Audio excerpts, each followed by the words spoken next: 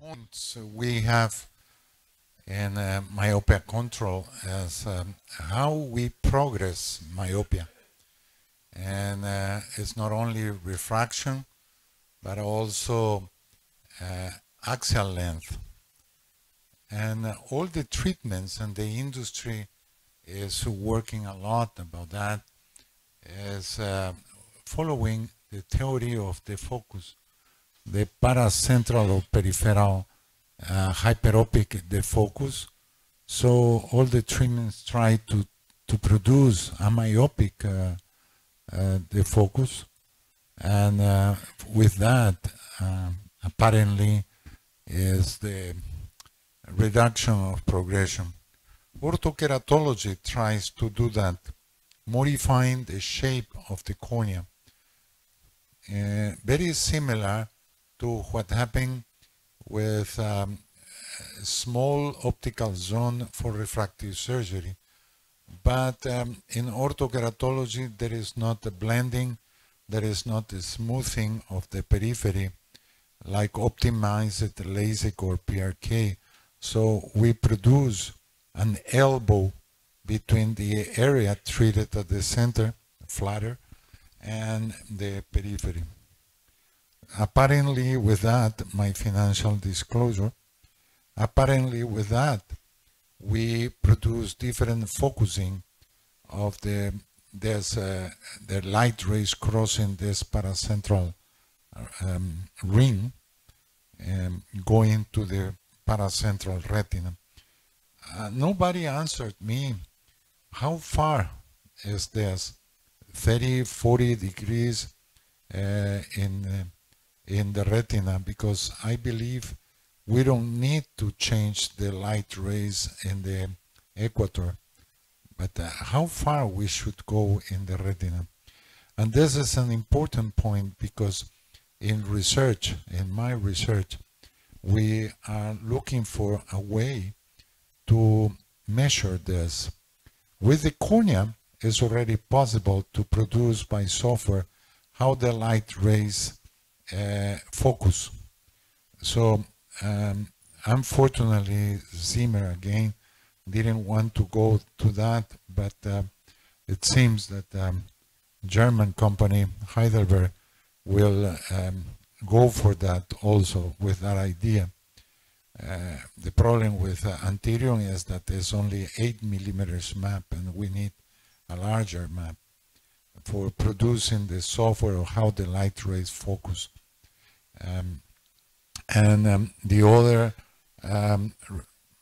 The other research is to produce a kind of retina topography.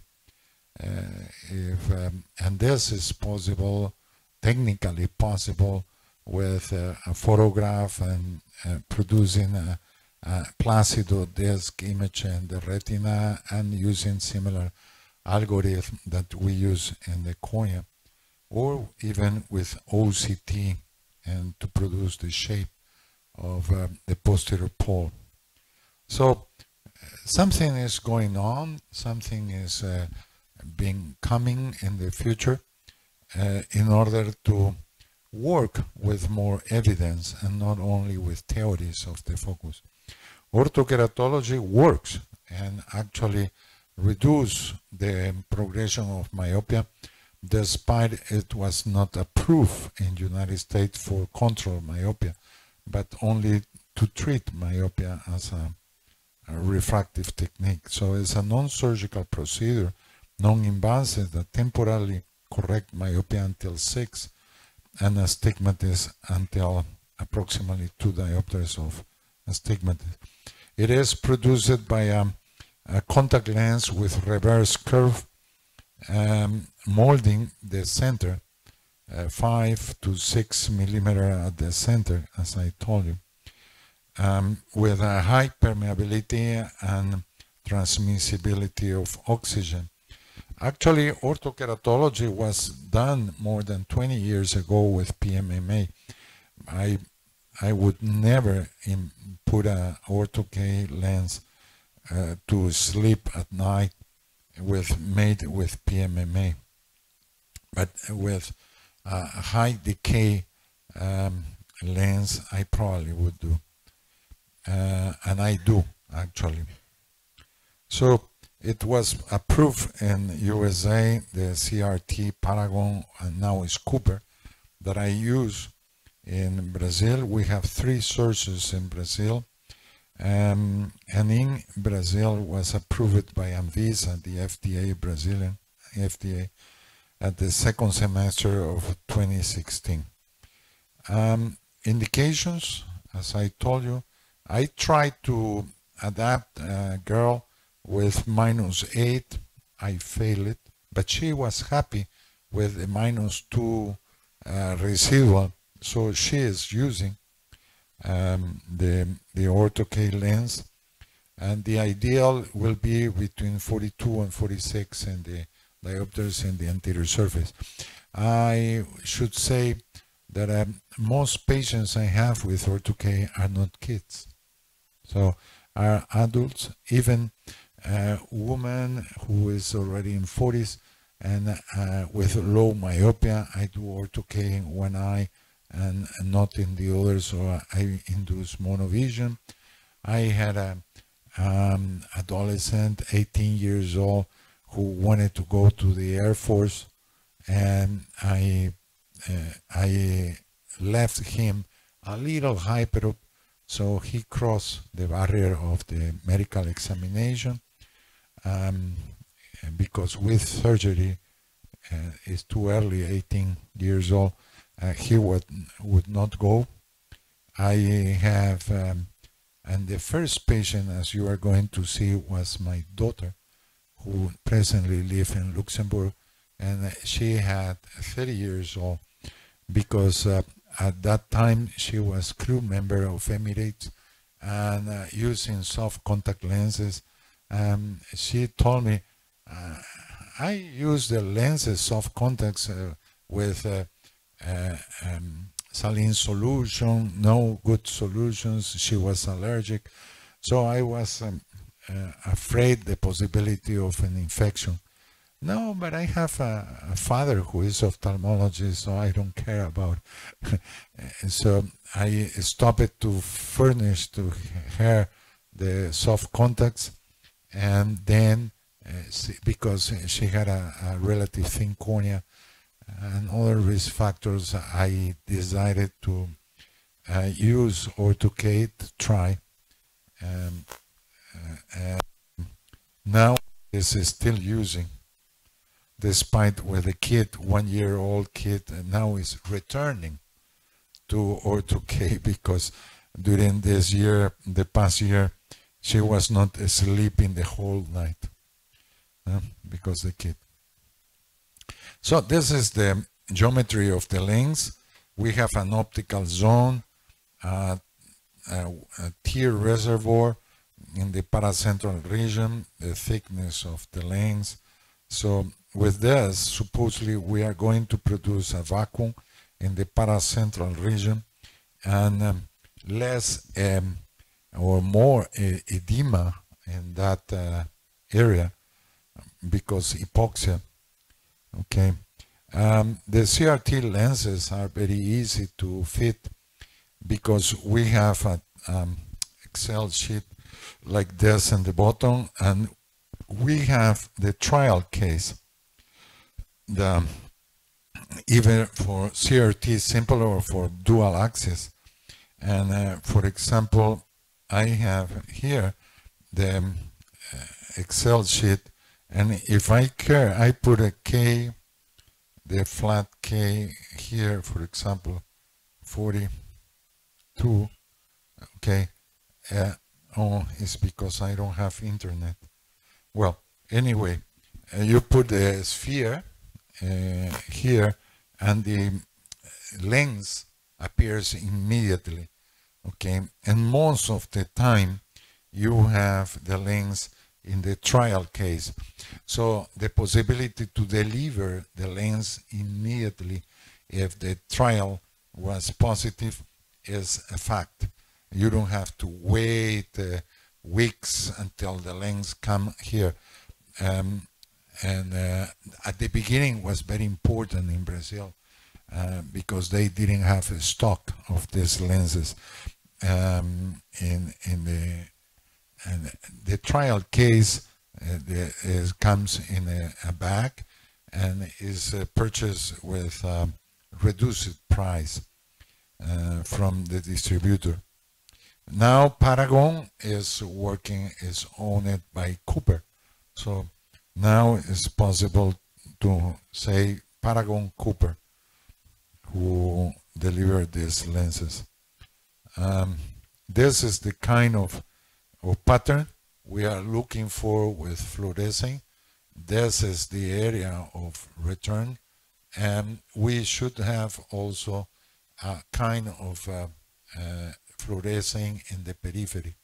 Okay, we have some kind of flattening here, and the over refraction we should have is between 0.25 and 0.50, so the patient can see after with the lenses, for example, if go to the toilet at night or something like that. Okay, and there are parameters, sorry, are in Portuguese. It's not very clear here that how to change the parameters if the lens is a little the center to left, right, to up or down. This is a graphic that shows the how the results with choosing the lens with a table, the Excel sheet, and the results we have. So most of the times you don't need to spend a lot of time to decide which lens. And always I do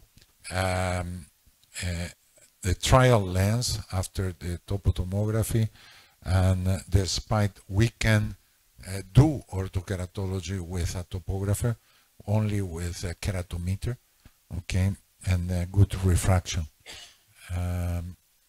We will not get many things about ortho-K without topography or tomography, but we can work with CRT lenses if we don't have that device, those devices.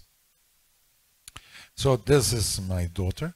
At that time in 2016 was 30 years old, -2, okay, and the Sync flat was 4450 and 4425 in the left eye. So the test decided to fit these lenses, and you can see that they are very close.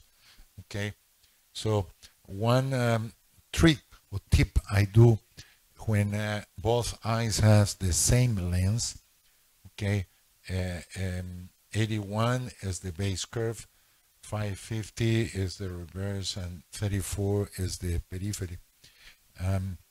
So what I do is to use the BFS from the elevation, because BFS is the average curvature in 8 millimeters. So what I do, instead to use Sync or flat and steep, I use the same BFS in both numbers, and many times I have a second option to fit a lens, and I try that.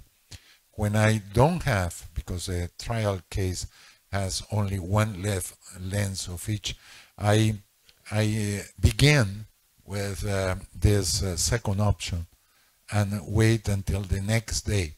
Next day, the patient has to come after he or she used the lens the whole night, and we are going to make the refraction. Then you know how the Ortho-K will work, reducing the myopia. Because many times, especially for myopias more than -4, you have to wait several days. But with thin corneas and myopias less than 2 or 2.5, the next day you probably have a very good result and a very happy patient. This is 5 days after 8-10 hours. You see the parameter of, I don't know why it's not, this was a video, it's not working, sorry. And these are the maps. And you can see that with the Galilei, we don't produce the kind of ring is observed in tangential of Medmont, that is supposedly one of the topographers for doing this. But the result was very good, okay? As you can see here in the tangential map, this is the comparison. You produce a steepening at the periphery and flattening at the center, okay? And this is the other eye, very similar, a little the center, okay? And this is the coma map, and actually in this eye, the small coma she had disappeared. So actually it produced a more symmetric cornea at the center. This is another case, very interesting, that I will show you my experience. This is one of the cases I have a longer time. I began to see him at 8 years old, okay, and he didn't have practically myopia, but later in age he began at 12 years old to have -125 and -175. So in 2016, when I began to do Orthoké, I decided to offer them, and this was the refraction with cycloplegia. And this is the topography. It's a relative flat, a relative thin. You can see the yellow at the center, which is around 500, okay, but normal corneas in both eyes, okay, and thinnest point 493, 500, okay. So the initial selection was the same lens for both eyes, okay, with a very nice pattern. But I didn't have two lenses, so I changed it for the refraction with cycloplegia, and in that case it's still the same lens here. So what I decided is to get in one of the eyes a second option, and I requested the lens, the calculated lens at the beginning, and the change was 1 month after. I don't charge for the change, and actually I give this if the patient, in this case a kid, an adolescent, okay, I tell the parents that if the kid decide not to use the lens in 1 month, I return the money if they give me the lens back, because all the examinations I charged were already charged to the insurance company. So my work was paid, and if I have returned the lens, I offer them to return the money. So this is a kind of key for the decision of parents. I actually have very few patients, young and older, that after the month I always ask, do you want to return the lenses? No way, especially if it's a girl, and more if it's a swimmer, for example. Oh, this is the video. You can see that at the beginning, because I used an alternative in the left eye, okay, the ring is a little thinner than what is ideal in the right eye. So, but we changed it for 885, 525, 33 later. So the result was optimal. 1 week, the -2 in the right eye was only 0.5. Okay, and here we have the zones, central, mid, and peripheral. So we saw that the central was 162. You cannot see that very well. So it was not enough. Okay, this is one of the possibilities you may have, one of the situations you may have in order to change for a little bit more effect. I used to give the example that this is similar to metal in the teeth, okay, that we have to adjust a little bit more or less, so not a fixed length, but many times we don't need to change, okay. But the best map to see the effect is again not the axial map that most of you are used to see, is the tangential map, okay, the anterior tangential. And in this case you already see the ring of effect, and you begin to see the flattening at the center comparison with the original map, okay. And the comparative was this one, you can see in the other eye, and we had a plano with a 20/20 happy patient, and you can see that in this case was in the center only 136 effect. And this is also observed in the anterior BFS map, the blue lagoon, very similar to the pattern after LASIK or PRK, okay. And this is the kind of maps you are used to see in the books and everything. We don't get this kind of extreme color in the comparative maps because, or this one, because we use different scales. But we have to learn how to read the maps in each device. Okay, this is the pattern we used to have in topography. So which map is the best to see the ortho-K effect in the Pentagon or the Galilei? Which one of these ones? Of course, the tangential curvature and the elevation best fit sphere anterior, okay? Similar to the effect of PRK or LASIK.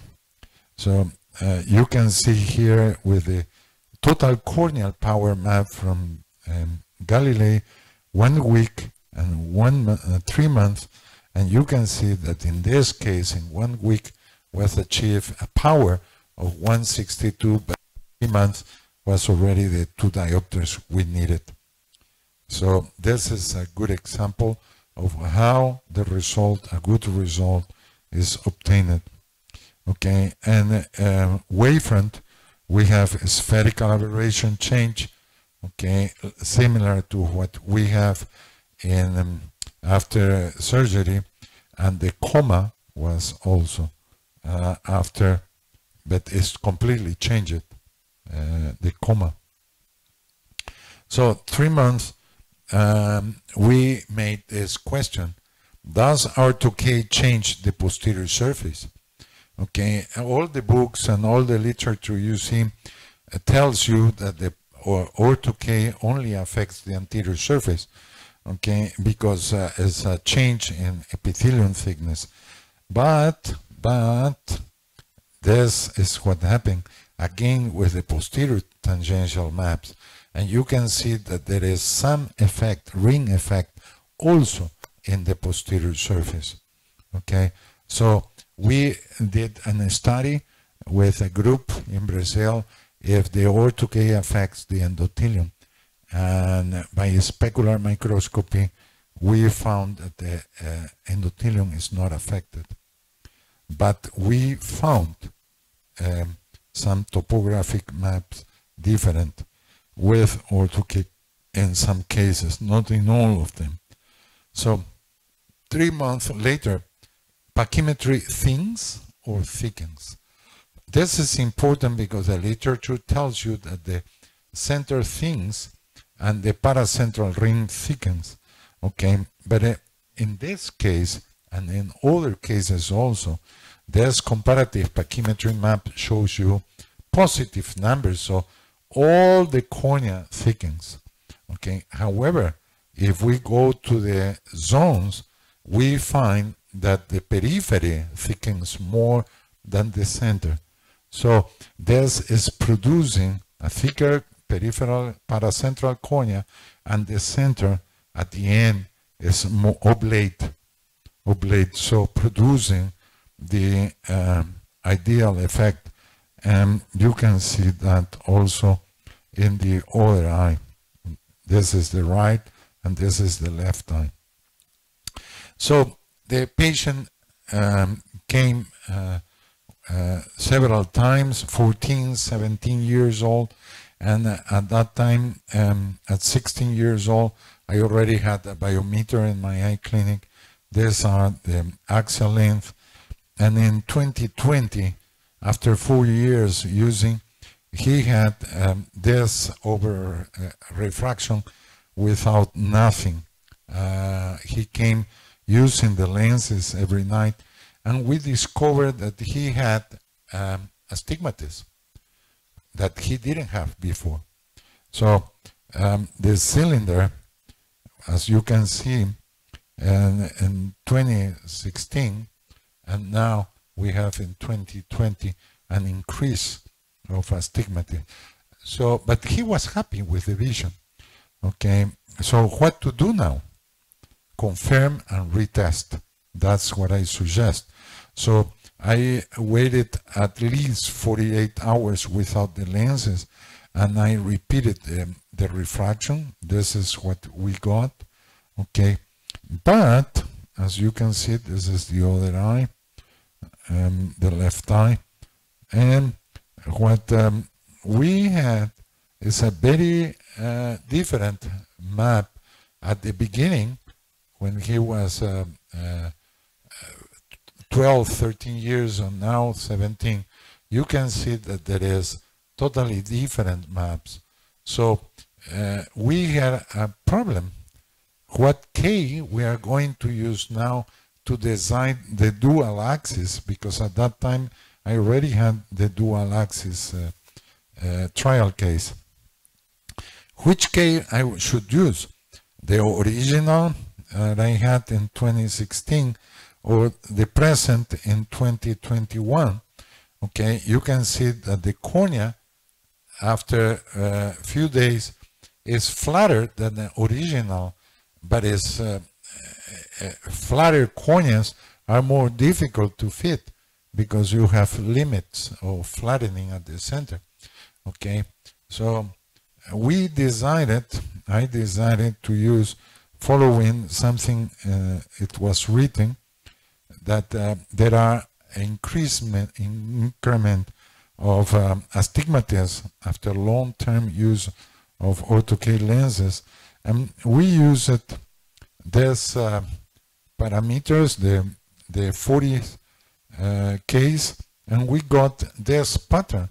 We didn't get the ring with fluorescing, okay, but changing the lenses, we didn't use the 8.9 and 8.7, but observing that we had 85 and 84 at the beginning, 550, 34, and now we are using two axes, dual axis, 500, 550, 500, 550, 33, but the same base curve.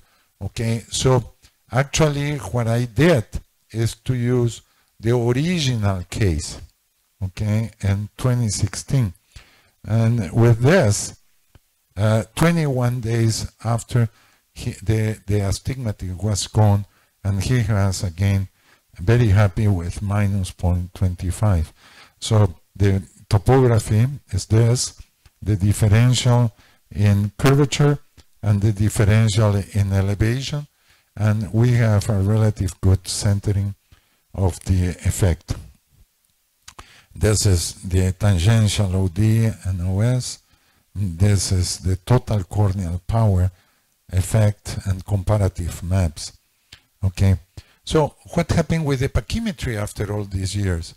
As you remember, the cornea was thicker after 3 months, but what happened now? Now we had a thinning. It's a blue pattern, okay, and there is a thinning in this case. Okay, so following what many papers do, if this is produced by reduction of the edema that we here, okay, now we have thickening here, but a thinning at the center. So what happened with the posterior surface in this case? Axial anterior, we don't see the effect of the posterior surface in axial maps, but in the best fit sphere posterior, we also don't see clear effect. Where we see clear effect with these lenses, again, is in the tangential posterior, that you can see the ring, the proposed ring of increased curvature, and is actually what we are looking for. So the effect in the posterior surface remained and actually increased. Okay, in conclusions, ortho-K may sometimes thicken and not only thin the cornea. Epithelial thickness is needed, and since I'm going to receive the OCT next week, I will be able to do that in order to see what more happens. The ortho-K may sometimes modify the posterior surface, and it's not a dogma that the posterior surface is not affected, but to see the changes, we have to use the tangential posterior maps. Ortho-K may increase the cylinder in long term. Simple keratometry, placido topography, or autorefractor may be enough to fit ortho-K lenses, but you will not be able to study what really happens in the cornea. Muito obrigado, shukran, merci beaucoup. Dr. Carlos, thank you for your excellent presentation.